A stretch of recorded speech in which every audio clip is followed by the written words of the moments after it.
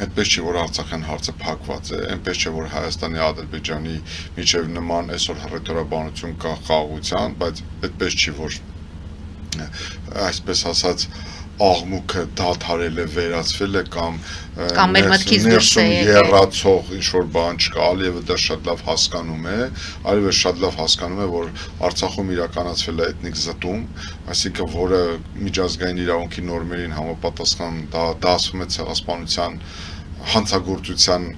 համարժեք հանցագործությունների շարքին, Ալիևը շատ լավ հասկանում է, որ իր իշխանությունն էլ հավերժ չէ, որ իր երկրում էլ կան խուլ դժգոհություններ, որոնք կարող են ինչ-որ պայթել, տարածաշրջանը եռում է, Իրանի հետ կապված խնդիրները, Ամերիկան է եկել, Ռուսաստանը իր խնդիրները ունի, այսինքն մենք իրոք մի տարածաշրջանում ենք ապրում, որտեղ եռում է ամեն ինչ եւ ցանկացած պահի կարող է քաղաքական հաշվեկշիռ փոխվել, քաղաքական հաշվեկշիռ կարող է փոխվել, մենք պարտավոր ենք ուղղակի ճիշտ